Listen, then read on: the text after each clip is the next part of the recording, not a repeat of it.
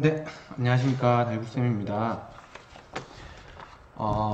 이제 네 번째 나눔 연수인데, 이번 네 번째 주제를 말씀드리기 전에, 원래는 제가 내일 화요일 날 여러분들이랑 유튜브 스트리밍이나 혹은 뭐 구글 미트 같은 거, 줌 같은 거 이용해서 실시간 쌍방향으로 좀 하려고 했는데, 또 내일 사정이 생기는 바람에 지금 퇴근 시간이지만 제가 남아가지고 이렇게 녹화를 시키고 있습니다. 이 녹화분을 내일은 보내드리도록 하겠습니다. 그러면 오늘 연수할 부분부터 한번 설명을 드릴게요. 오늘 연수할 주제는 지난번에 안내드렸던 것처럼 연금저축 IRP, 요거는 따로 또 떨어뜨려 가지고 설명드리기보다는 그냥 연금저축 위주로 설명을 드리도록 하겠습니다. 그리고 여러분들이 굉장히 관심 많을 거라고 생각하는 공무원 연금과 관련해서 제가 공부한 내용들을 알려드리겠습니다. 원래는 이제 연말정산도 덤으로 조금 더 설명을 드리려고 했었는데, 요걸 계획을 세우고 또 PPT를 만들다 보니까 연말정산까지 또 집어넣으면 내용이 되게 많아지더라고요. 그래서 연말정산은 다음에 덤으로 더 넣는 것으로 하도록 하겠습니다. 그럼 연수를 한번 시작해 보겠습니다. 우선 첫 번째 연금저축과 IRP에 대해서 제가 공부한 내용들을 한번 나눠 드리도록 하겠습니다. 여러분 이런 거 들어보셨는 분도 계실 거예요. 아마 잠시만요. 빨간색, 네, 삼중연금이라고 해서 노후 준비를 해서는 요 가장 뭐라 그래야지 기본이 되는 연금 세 가지를 가지고, 여기 연금 피라미드라고 부르기도 하는데, 이렇게 만들어서 보통 재무설계 하시는 분들이 많이 안내를 드립니다. 우선 첫 번째가 바로 국민연금입니다. 이제 우리나라 특히 소득이 있는 국민들 플러스 희망하는 국민들은 다 국민연금을 들 수 있죠. 그리고 두 번째가 퇴직연금. 요거는 직장에서 이제 그 직장을 위해서 거의 평생을 몸을 바치고 일하신 분들을 위해서, 시간을 바치신 분들을 위해서 이제 제도적으로도 지원을 해서 그분들의 노후를 위한 연금제도가 퇴직연금제도가 있고, 마지막으로 개인연금제도가 또 있어요. 그래서 보통 재무설계나 보험설계사 분들이 요것들을 얘기하면서 요거까지 있어야지 된다. 그래야지 이제 노후가 편안하고 행복해질 수 있다. 그렇기 때문에 연금저축보험을 듭시다. 뭐 이런 추천을 많이 드렸을 거예요. 근데 지난번에도 제가 말씀드렸지만 저 보험 들어가는 말 별로 안 좋아하거든요. 보험은 보험다워야 되고 재테크는 재테크다워야 된다. 노후 준비는 노후 준비 나와야 된다. 그래가지고 저는 아무튼 연금저축 쪽으로 해가지고 말씀을 드릴 건데, 사실 공무원은, 우리 같은 공무원들은 요 두 가지가 없죠. 저는 지난번에도 잠깐 말씀드린 적이 있었는데, 요 두 가지가 바로 공무원 연금이라고 생각하시면 될 것 같아요. 그래서 오늘은 여러분들의 노후 준비를 위한 삼중연금, 우리는 이중연금이라고 해도 되겠네요. 중에서 연금저축과 공무원연금에 대해서 말씀을 드릴 건데, 요거 한 가지만 말씀드릴게요. 자꾸 인터넷이나 이런 데 보면 뭐 몇십 년 후에는 공무원연금 때문에 이제 혈세로 얼마를 지원해줘야 된다, 보조해줘야 된다, 이런 말들을 많이 하잖아요. 뭐 그건 맞겠죠. 그러면서 이제 꼭 나오는 말이 이제 공무원연금이랑 뭐 국민연금을 통합해야 된다, 이런 얘기들이 계속 나오는데, 요거를 공무원연금이랑 국민연금 자체를 똑같이 취급하는 것 자체가 저는 좀 이해가 안 됩니다. 왜냐하면 우리는 퇴직연금의 의미도 있기 때문에, 공무원연금 안에는 국민연금의 의미와 퇴직연금의 의미가 다 들어있다는 거, 꼭 언론 플레이 같은 게 있을 때 열심히 댓글을 써주시기 바랍니다. 그리고 요거 정도는 말씀드려야 되겠네요. 자, 이 삼중연금이라고 말씀드리는 가장 큰 이유는, 우선 인간이 진짜 인간다운, 진짜 최소한의 인간으로서 살기 위한 기본적인 삶을 위해서 필요한 것이 바로 이 국민연금이에요. 뭐 최저생활비 정도라고 생각하시면 돼요. 근데 사람이 어떻게 최저생활비만으로 살 수 있겠습니까? 최저생활비에다가 어느 정도는 뭐 친구도 좀 만나고, 더 이제 사회적인 활동들, 문화적인 활동들을 해야 되겠죠. 그래서 평균에 맞추는 삶, 위해서는 요 퇴직연금이 필요하고, 그것보다 더 조금 더 풍요로운 삶, 좀 좋은 차도 몰고 다니고 친구들 만났을 때 돈도 좀 낼 수 있고, 그리고 손자가 오거나 자식들이 오면 좀 돈도 쾌척할 수 있는 그런 삶을 위해서, 해외여행도 그렇고 그런 삶을 위해서 이제 요 마지막 꼭대기에 있는 개인연금을 든다, 이렇게 생각하시면 될 것 같아요. 그러면 이제 방금 전에 말씀드렸던 연금저축과 공무원 연금에 대해서 본격적으로 한번 말씀을 드려보도록 하겠습니다. 자, 우선은 요거 연금저축 혹은 IRP랑 관련돼서 여러분 이해하셔야 될 게 몇 가지가 있어서 설명을 좀 드리겠습니다. 우선 기본적인 개념이니까 한번 눈으로 보시고 이해하시면 될 것 같아요. 일단 연금저축은 기본 5년 이상 반드시 드셔야 됩니다. 나라에서 주는 혜택을 모두 받기 위해서는 5년 이상 반드시 들어야지 연금저축에 으로서의 지위를 획득할 수 있는 그 조건이 되고, 그 다음에 5년 이상 일단 들고 나면 나중에 퇴직한 이후에 수령을 하죠, 연금을. 그 연금 수령 기간이 반드시 10년 이상 돼야 됩니다. 어떤 분들이 이렇게 생각할 수 있겠죠. 내 돈인데 내가 뭐 5년 만에 받든지 2년 만에 받든지 10년 이상 받을 거를 더 짧게 받으면 돈은 어차피 똑같은 걸 더 빨리 받고 그 돈에 대한 세금이 더 많이 들어가는데 왜 10년 이상 들려고 하냐? 라고 말씀하실 수도 있겠지만, 연금저축이라는 제도 자체가 정부에서 지원을 하는 가장 큰 이유는 바로 다들 아시겠지만 우리나라의 노인 빈곤율 같은 게 굉장히 심각합니다. 그리고 우리나라 성인들이 노후 준비가 굉장히 안 되어 있어요. 이 두 가지.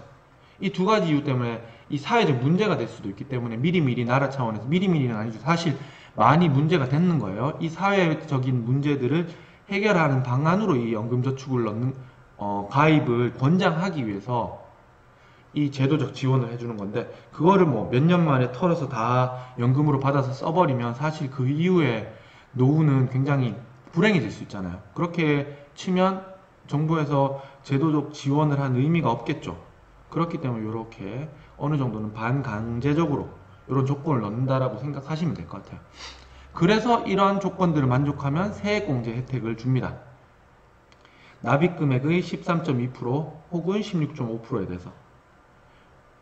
우선 첫 번째 알아둬야 될 거는 이 13.2와 16.5를 가르는 기준은 세전 연봉 5,500만원 기준입니다. 그래서 뭐 한 교직생활 10년차 조금 더 지나면 요 정도 받죠, 연봉으로 따지면. 그렇기 때문에 거기를 기준으로 그거보다 연봉이 많으신 분들은 13.2%, 그러니까 요거 연금저축과 IRP 합치면 700만원까지 세액공제를 받을 수 있거든요. 그러면 요게 한 보자 90만원 조금 넘겠네요. 91만원 정도 라고 생각하시면 될 것 같고, 16.5%다 라고 하면 110, 뭐 한 3만원 정도 되나요? 요 정도 세액공제 혜택을 받는다라고 생각하시면 될 것 같아요. 어마어마하죠, 이 정도면. 네, 꽤 큽니다.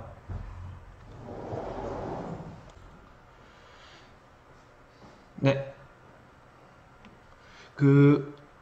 근데 이것과 관련해서 혹시나 오해를 하시고 계신 분들이 없다고 생각하지만 혹시나 있으실까봐 좀 설명을 드리면, 여기 그해 납입 금액이라고 제가 적어놨죠. 그래서 1년, 올해 700만원 넣고 2020년에, 내년에 21년에 700만원 넣으면 1,400만원에 대해서 세액공제를 받는 게 아니고, 요거는 이미 한번 받았을 끝. 그 다음에 넣는 거, 요것만 또 매년 그렇게 해서 최대 700만원까지만 받을 수 있는 겁니다.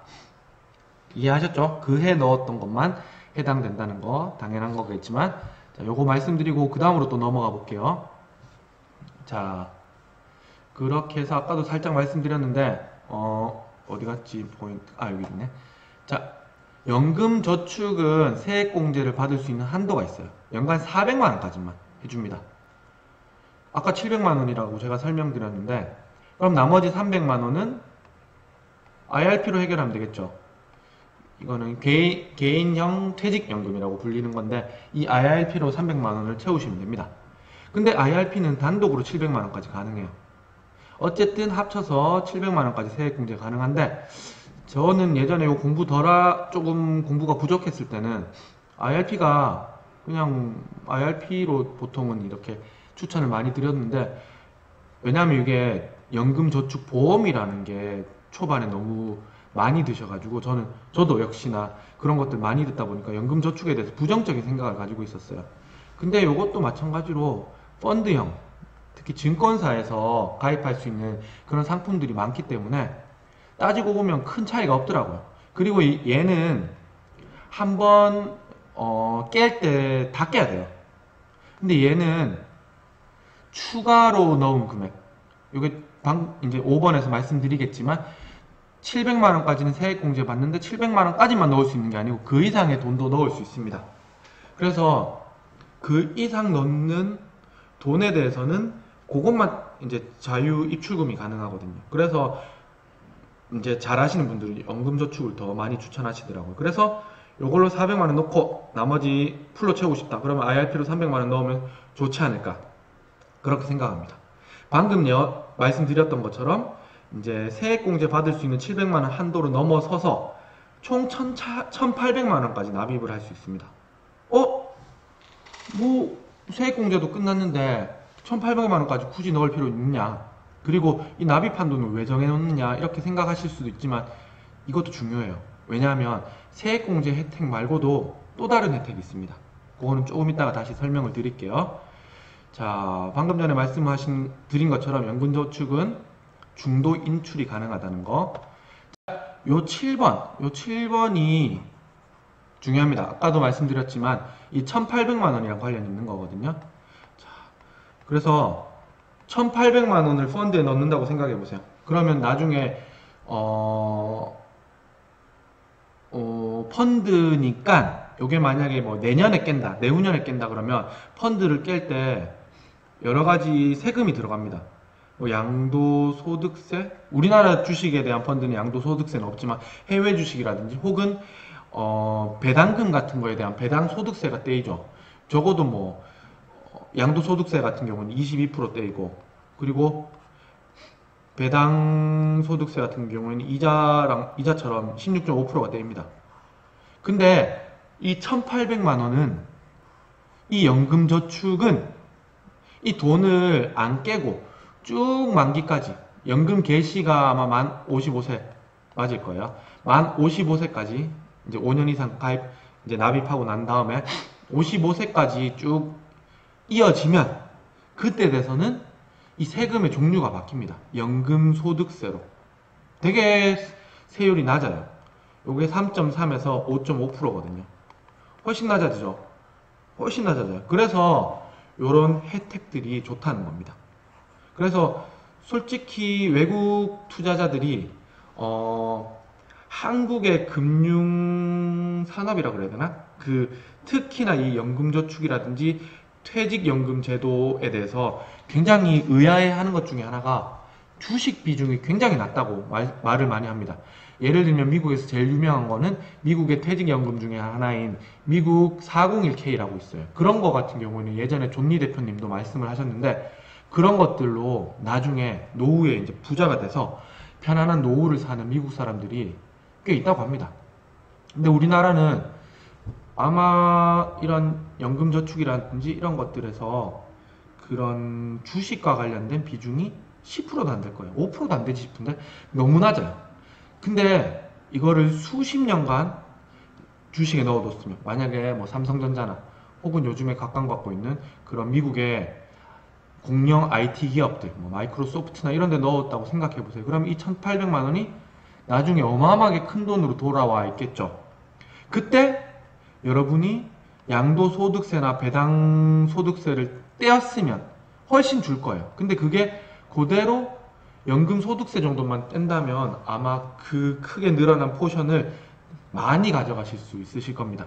그래서 요것들도 이용하시면 좋다. 나중에 결론에도 말씀을 드리겠지만 펀드 드실 거면 적어도 일부분은 꼭 연금저축에 드시라는 말씀을 드리겠습니다. 자, 그래서 요 8번, 요거는 7번과 관련되는 건데, 이게 또 연금소득세지만 마치 종합소득과세? 뭐 그런 것처럼 이 연금 수령액도 연간 수령액이 너무 많아지면 이게 또 너무 많아지면 이 과세 표준이 좀 바뀌어요. 세율이 바뀌어요. 근데 일단은 1200만 원까지는 공적연금과 분리과세를 하기 때문에 이게 아무래도 합쳐서 하면 그 과세 표준이 높아지니까 더 높은 세율이 적용당하겠죠. 근데 이제 분리과세 되면 1200만 원까지는 낮은 연금소득세를 뗀다는 거 이것도 기억해 두시면 좋을 것 같습니다. 자, 그러면 본격적으로 한번 또 설명을 드려볼게요. 자, 오늘은 제가 요거 링크를 좀 많이 걸었습니다. 그래서 제가 한번 돌려봤어요. 연금 저축을 넣었을 때 기대 수익률은 어느 정도 될지 먼저 한번 돌려봤습니다. 자, 링크를 한번 보시면서 제가 요거 또 지난번처럼 구글 스프레드시트로 한번 쭉 만들어 봤는데 그거를 한번 보겠습니다.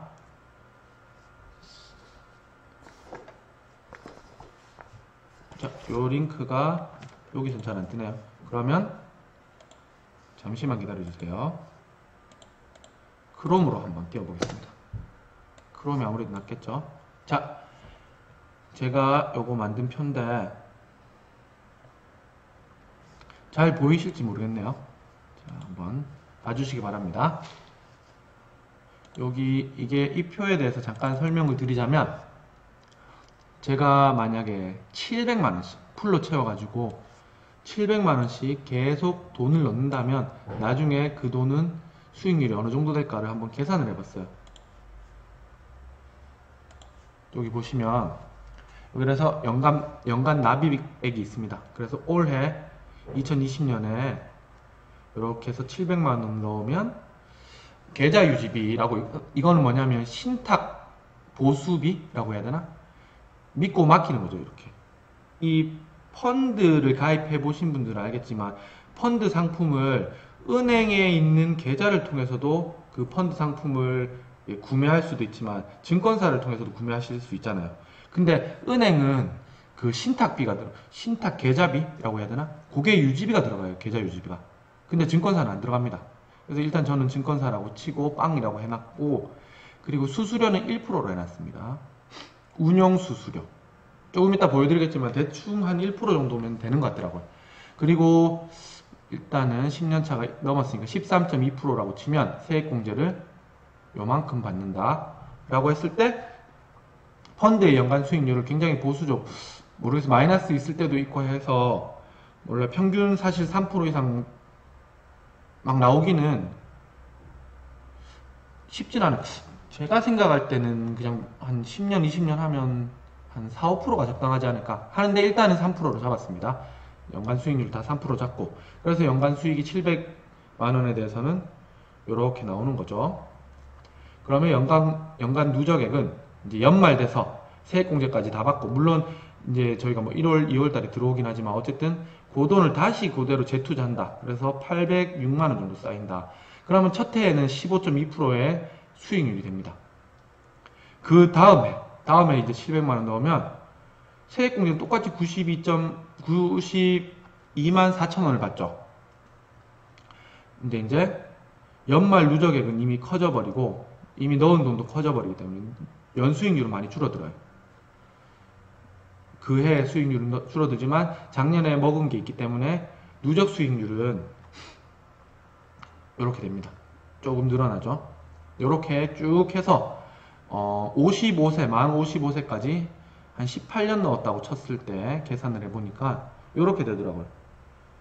1억 7,216만 9천 얼마 이렇게 나옵니다. 그래서 누적 수익률은 36.64%가 나오더라고요. 생각보다 좀 적게 나오는 것 같았어요. 총 이제 집어넣은 납입 금액은 1억 2,600만 원인데 여기서 요 정도 된다? 많이 커 보이진 않더라고요. 이게 제 생각에는 왜 그럴까를 말씀드리기 전에 한 가지를 더 한번 보여드려 볼게요. 요거 지우고. 그래서 제가 교직원 공제랑 비교를 한번 해볼까 했는데 지난 시간에 보여드렸죠. 제가 또 교직원 공제에 관련해서 표 만든 것들을 보여드렸는데 만약에 똑같은 조건으로 교직원 공제를 했더라면 나는 어떻게 됐을까? 이것도 크롬으로 한번 띄워보겠습니다. 잠깐만 기다려주세요. 자, 이렇게 보면 여기 화면이 커지면 제일 좋겠지만 커지지를 않네요. 자, 보시면 여기 보시면 제가 18년 넣는 거 여기 만들어 놔봤거든요. 한번 비교해 보려고. 700만원씩 계속 납입할 때 이제 나중에 되면 제가 이제 대충 계산하니까 이렇게 나오더라고. 그래서 38.42% 라고 나오는데 이게 정확하진 않습니다. 제가 알고 있는 그 지식 하에서 만든 표라서 어쨌든 38.42% 나온 걸 보고는 이런 결론을 내렸죠. 아, 여기 보시면 이 연금저축의 연간 수익률이 3% 되면 이게 아무래도 1%씩 운영 수수료가 나가서 3%씩 되면 교직원 공제가 낮겠다. 근데 만약에 이제 4%가 되면 뭐 당연히 복리니까 계산을 안 하셔도 아시겠지만 4%가 되면 이게 50%까지 확 늘어나죠. 적어도 연간 수익률이 4% 되면 괜찮겠다. 연금저축이 꽤 괜찮은 상품이겠다 라는 생각이 들었습니다. 근데 요거를 사실은 이제 과거 주식시장의 연간 상승률 이런 거 하면 한 4, 5% 나오거든요. 한 5%라고 치면 좀 우량주에 투자했다. 그리고 시장을 벤치마킹 했을 때 시장이 오르는 만큼 오른다. 그런 펀드에 투자했다라고 치면 5%라고 쳤을 때 요만큼 나옵니다.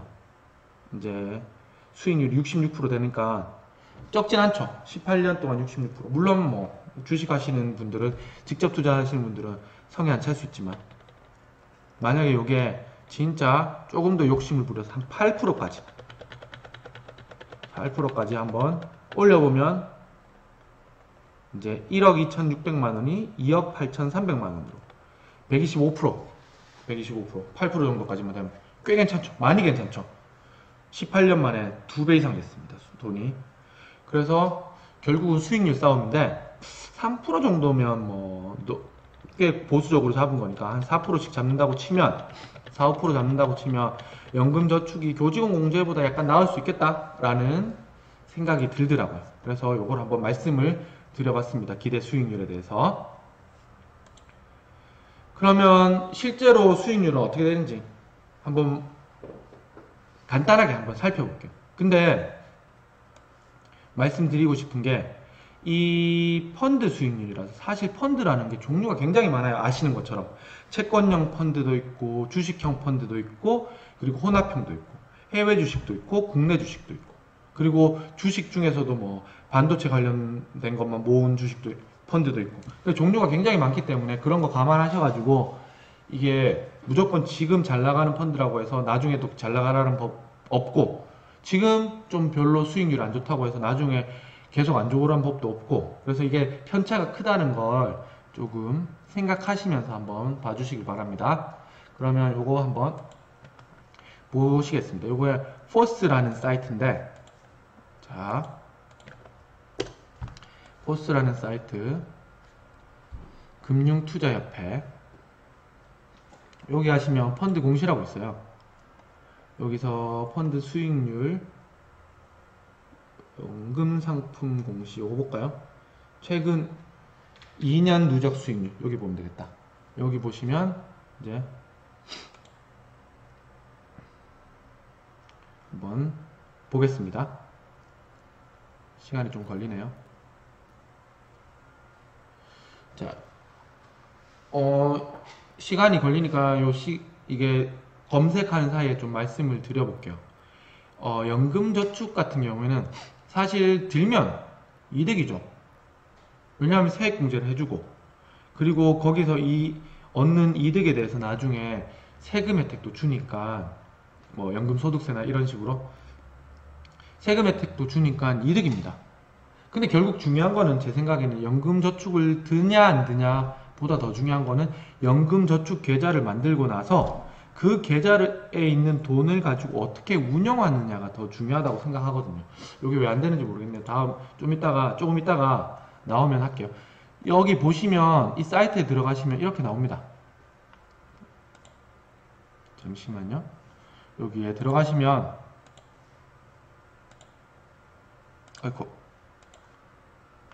여기에 들어가시면 이렇게 펀드별로 뭐 특히 보셔야 될 것들 이런 거 총보수 보시면 좋을 것 같고, 그리고 여기는 규모 여기 있네요. 규모 보시면 좋을 것 같고, 왜냐면 너무 작은 펀드는 금방 이렇게 그냥 해산시켜 버리더라고요. 물론 원금은 다시 원금이라기보다는 그 남아있는 돈들은 다 돌려주지만, 그래서 어느 정도 급이 이제 그 규모가 되는 애들이 좋습니다. 그리고 이런 거 보시면 수익률 보시면, 우와, 이거 엄청나죠?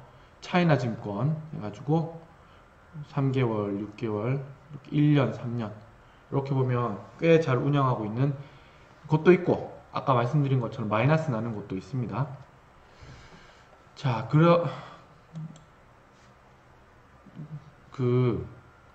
그래서 아까 이제 말씀드렸던 것처럼 이런 수익률을 보시면서 이제 펀드를 고르셔야 되는데, 그 고르실 때 그냥 이제 펀드 가입해야지 하고 가서 이렇게 훑어보시고 고르시는 것보다는 공부를 하시는 게 나으십니다. 사실은 제가 생각할 때는 그냥 주식 직접 투자하는 거나 펀드 투자하는 거나 큰 차이가 없다고 생각해요. 대신 여기에 이제 펀드를 운영하시는 분들 같은 경우는 어떤 컨셉이 있으면 그 컨셉에 맞춰가지고 이제 우리보다 아무래도 기업에 대해서 조금 더 잘 아니까 그것들을 잘 포트폴리오를 우리보다 잘 구성한다고 생각합니다. 그래서 그 개별 종목을 고르는 것까지는 힘들더라도 그 산업이라든지 유망한 산업이라든지 유망한 뭐 기업이라든지 혹은 앞으로는 어떤 곳에 투자하면 좋겠다라는 것에 대해서는 좀 공부를 하시고 나서 투자를 하시고, 그리고 또 이게 펀드를 바꾸는 것도 중요하죠.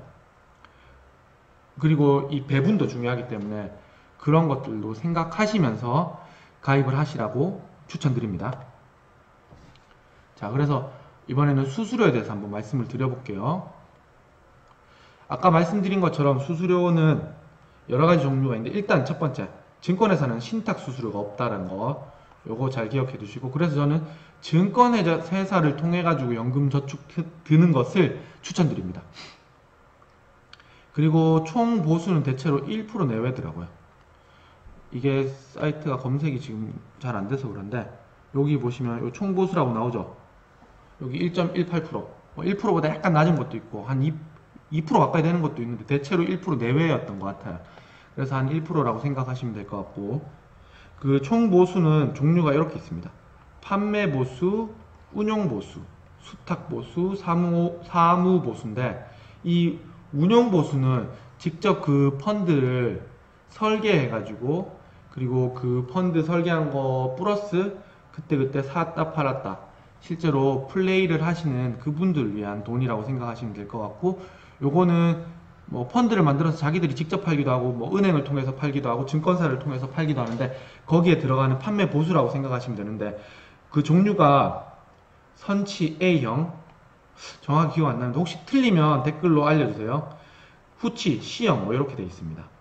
그래서 이제 전문가분들은 선취보다는 후치를 하라고 하시더라고요.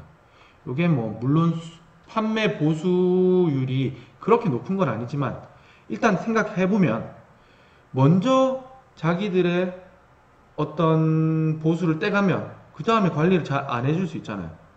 그리고 내가 똑같이 10%의 수익률이 나왔다고 쳤을 때 100만원을 가지고 10% 수익 날 때랑 99만원을 가지고 수익 날 때랑 좀 다를 수 있겠죠. 그 수익이 커지는 게. 물론 커진 수익만큼 이제 수수료를 떼가긴 하지만, 그래서 선치보다는 후치가 낫다라고 얘기하시는 분들이 있더라고요. 자, 뭐 그렇다고 해서 이거 반드시 후치만 해라 이런 뜻은 아닙니다.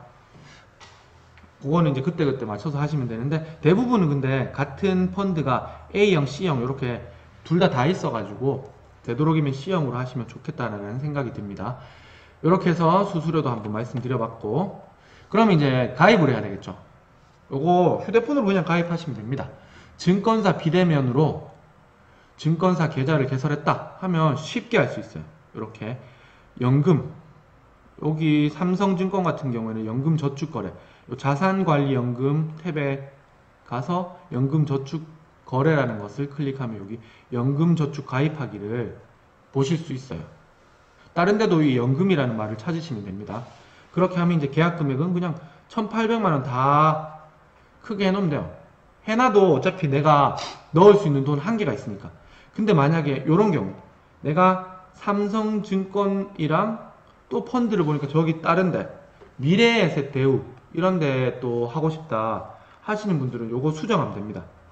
그럼 요거는 다시 1,000만원으로 삼성증권은 1,000만원으로 줄이고 요거는 800만원으로 해서 풀로 1,800만원 채우시면 되는데, 사실 1,800만원 꽉 채우시는 분들은 많지는 않을 것 같아요. 그러면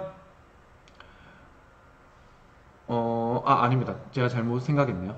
아무튼 요렇게 1,800만원 다 해놓으셔도 되고 뭐 1,000만원만 해놓으셔도 되고, 실제로 넣는 금액은 요거보다 어쨌든 적기만 하면 되니까 크게 중요하지 않다.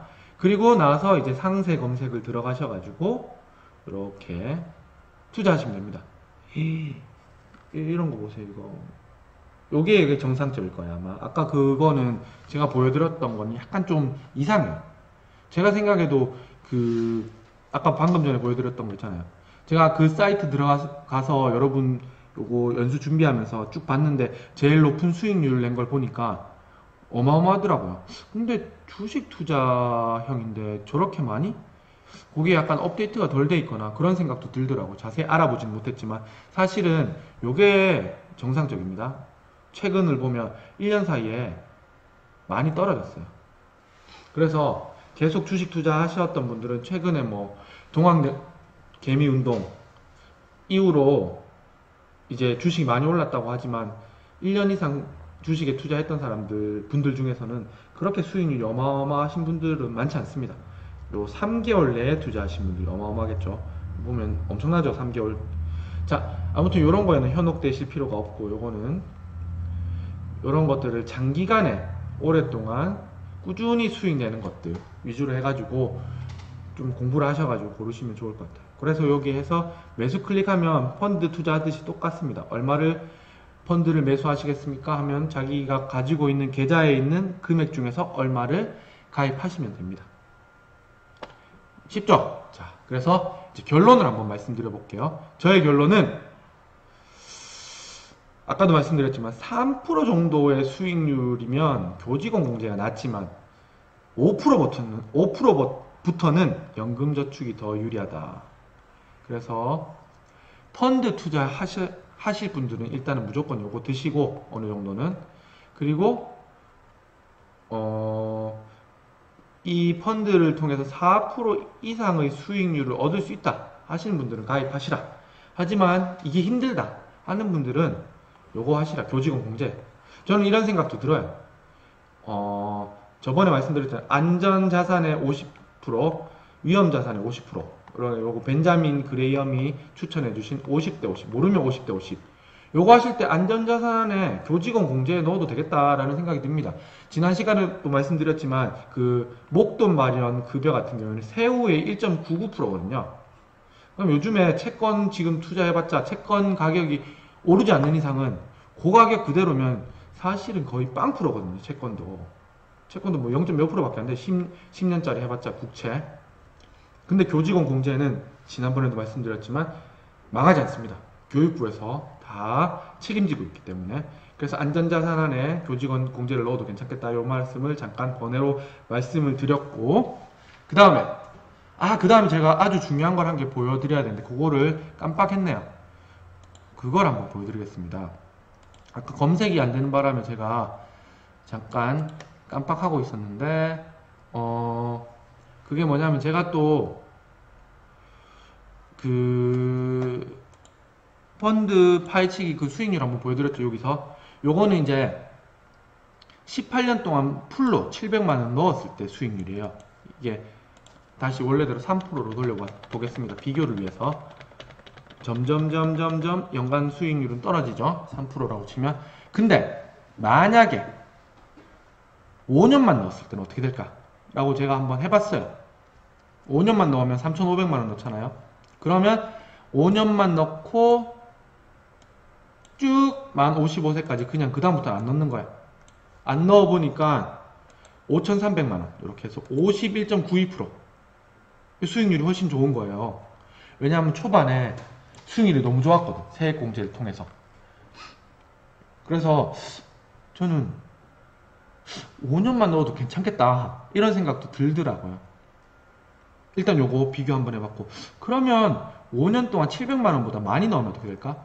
예를 들어서 한 1000만원 넣어봤습니다. 1000만원 넣어보니까 46.7%, 50 몇 프로보다 좀 줄더라고요. 그러면 3년마다, 그래서 한 5번 넣었어요. 3년마다, 그래서 간헐적으로 5번 넣어봤습니다. 그랬더니 41.48%. 왜냐하면 이 복리 효과 때문에 그런 것 같아요. 일단은 무슨 돈이든 오래 전에 넣었던 그 돈들이 진짜 효자가 되는 것 같아요. 그래서 이 간헐적으로 넣은 거는 그거만큼 아까 50 몇 프로였죠? 50 거의 2% 정도 보다는 낮게, 한 10% 정도 낮게 나왔습니다. 그래서 간헐적으로 넣는 것보다는 초반에 몰아넣는 게 낫다. 그럼 이번에 10년 동안 넣었을 때, 10년 동안 넣었을 때도 45.21%로 조금 낮죠. 그래서 제가 계산해 본 바로는 5년 동안 쭉 연달아서 넣고 그 다음에 안 넣은 경우가 제일 수익률이 좋게 나왔습니다. 그래서 요거를 제가 말씀을 드리고 싶었어요. 그래서 세액공제 혜택을 최대한 보고 싶다. 요거 혜택만을 노리고 나는 한다 하면 5년만 딱 넣으시라. 그리고 최대한 빨리 넣을수록 좋다라는 거 말씀드리는데, 근데 요거 말고 혜택이 더 있잖아요. 사실은 바로 연금소득세가 있죠. 그래서 저는 요 연금소득세랑 충돌되는 게 뭐라고 생각하냐면, 바로 이 투자의 자율성이라고 해야 되나? 유동성이라고 하는 게 낫겠다. 어쨌든 여기 넣으면 우리가 언제든지 원할 때마다 빼쓰기가 좀 힘들지 않습니까? 특히나 700만원 내에서는. 그래서 요 유동성을 더 원하는 사람들은 한 5년만 넣으시고, 아니다, 난 그래도 연금소득세의 메리트가 더 있는 것 같다 하는 분들은 5년보다 더 넣으셔도 될 것 같아요. 자, 그러면 요거 이제 세 번째 결론.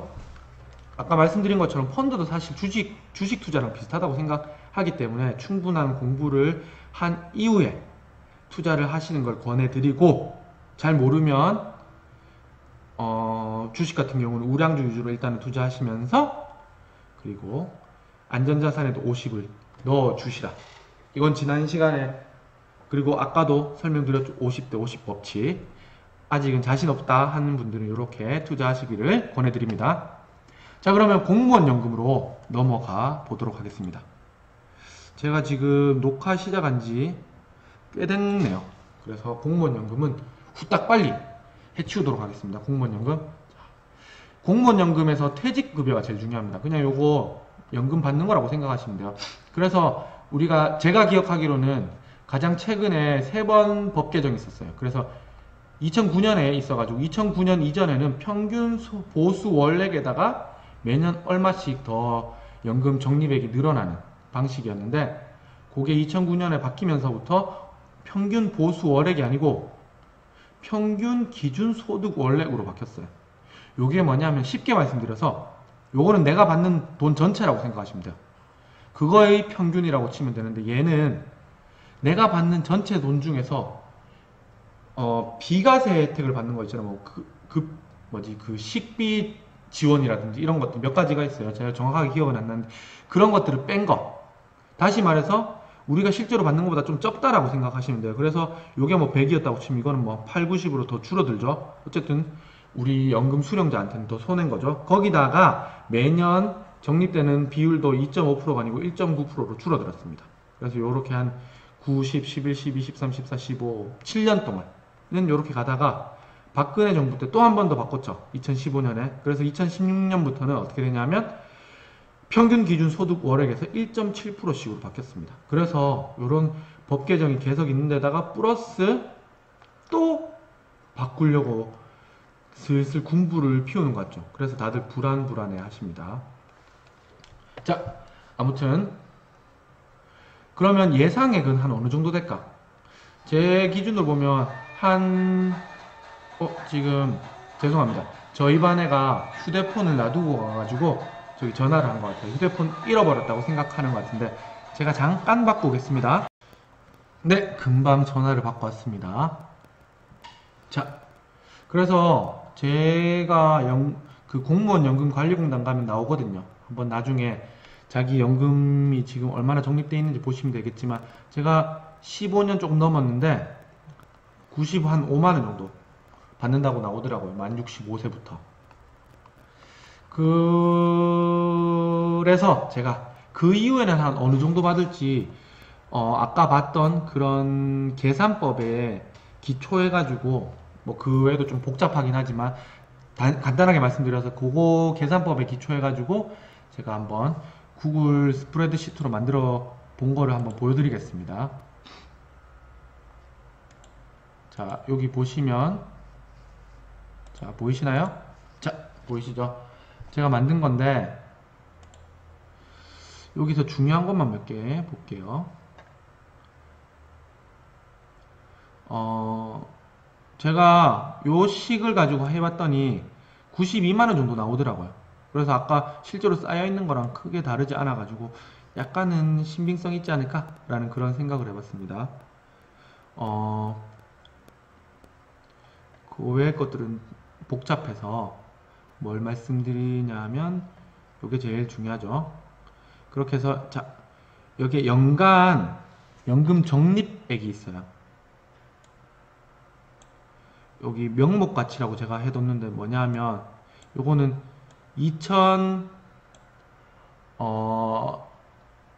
올해가 2000원이니까 요거 99,000원이 쌓였다. 2001년에는 쌓였다 하면 지금 가치로 돌려보면 이거 사실 99,000원이 아니지 않습니까?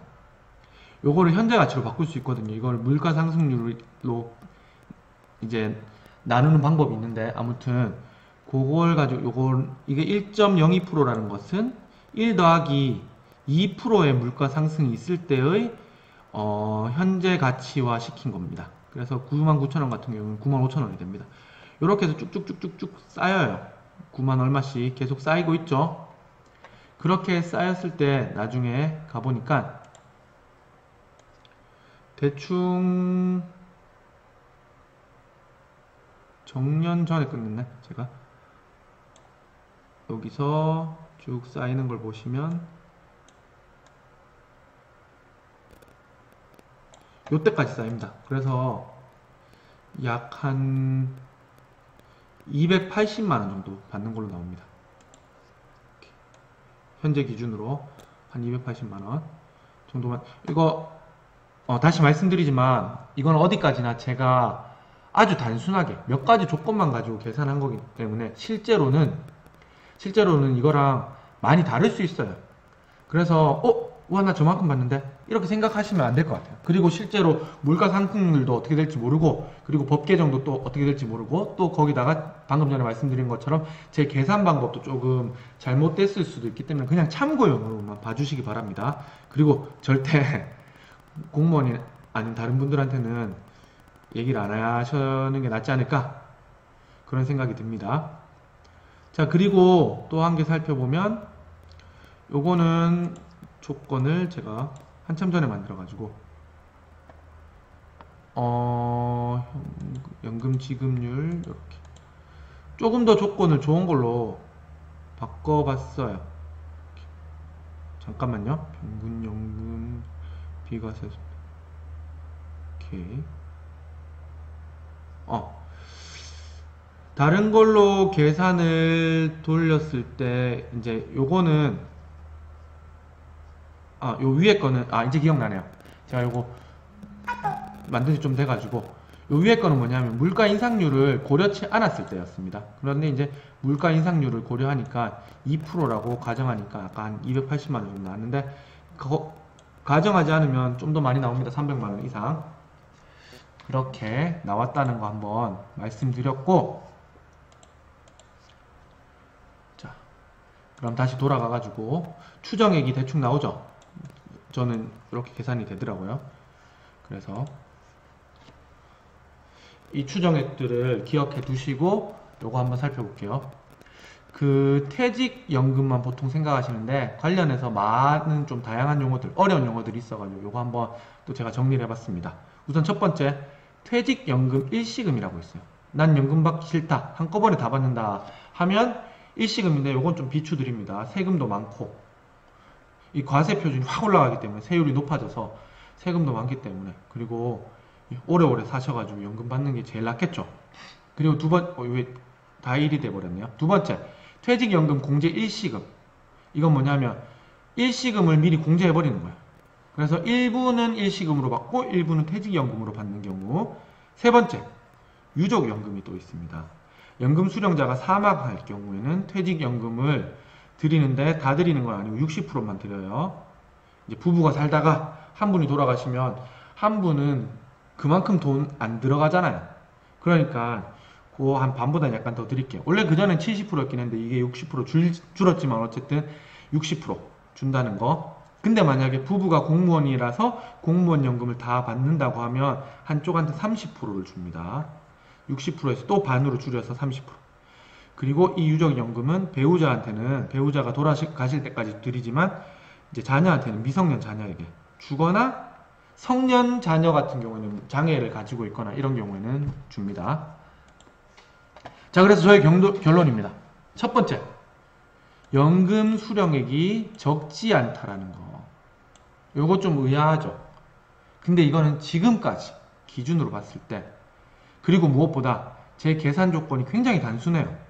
몇 가지 제가 공부한 걸 바탕으로 했기 때문에 실제로는 훨씬 복잡할 겁니다. 그래서 그 한계가 있다는 것을 말씀드리고, 두 번째, 우리 실제로 그전보다 기여금을 크게 냈지 않습니까? 그러니까 기여금이 크게 늘어난 거에 비하면 예전보다는 좀 줄었어요. 예전에 지금 받으시는 분들보다 좀 줄었기 때문에 기여금 는 거랑 예전보다 약간 준 거를 생각하면 사실상 적진 않지만 그래도 예전보다는 많이 박하다, 우리한테는. 그런 거 좀 이해하시길 바라고.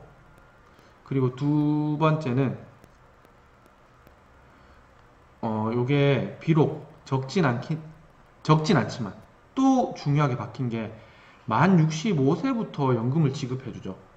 우리는 지금 기준으로 보면 만 61세, 그 전에 정년퇴직하실 수도 있고, 만 61세가 정년퇴직이 아니고 명예퇴직하실 수도 있고, 만 61세가 정년퇴직인데 여기서 요 사이에 몇 년 동안 비어요.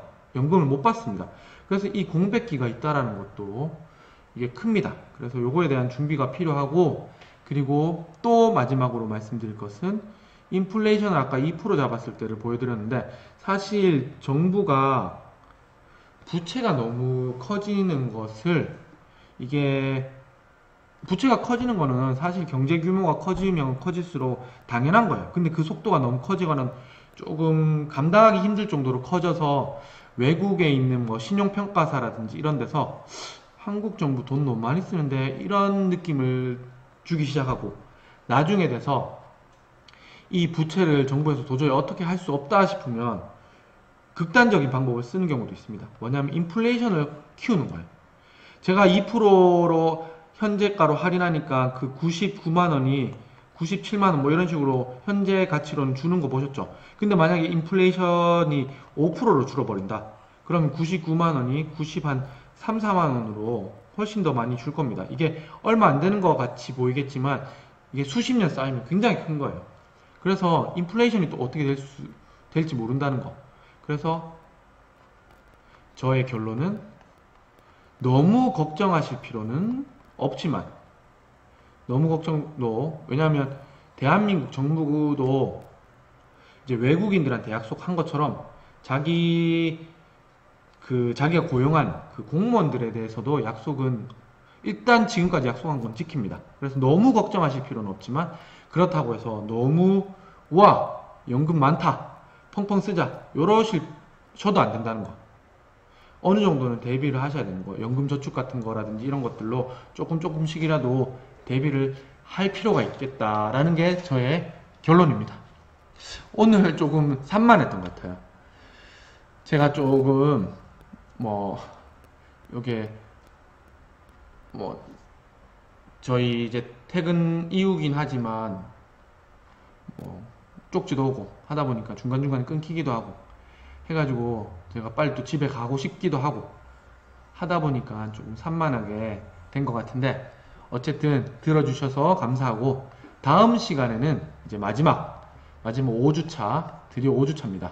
5주차에는 보험에 대해서 연금저축보험, 특히 저축성 보험 이런 것들, 그리고 정기보험 이런 것들에 대해서 제가 간단하게 공부한 것들 한번 말씀드리고, 그리고 연말정산 오늘 못했던 거를 다음 시간에 한번 말씀드리도록 하겠습니다.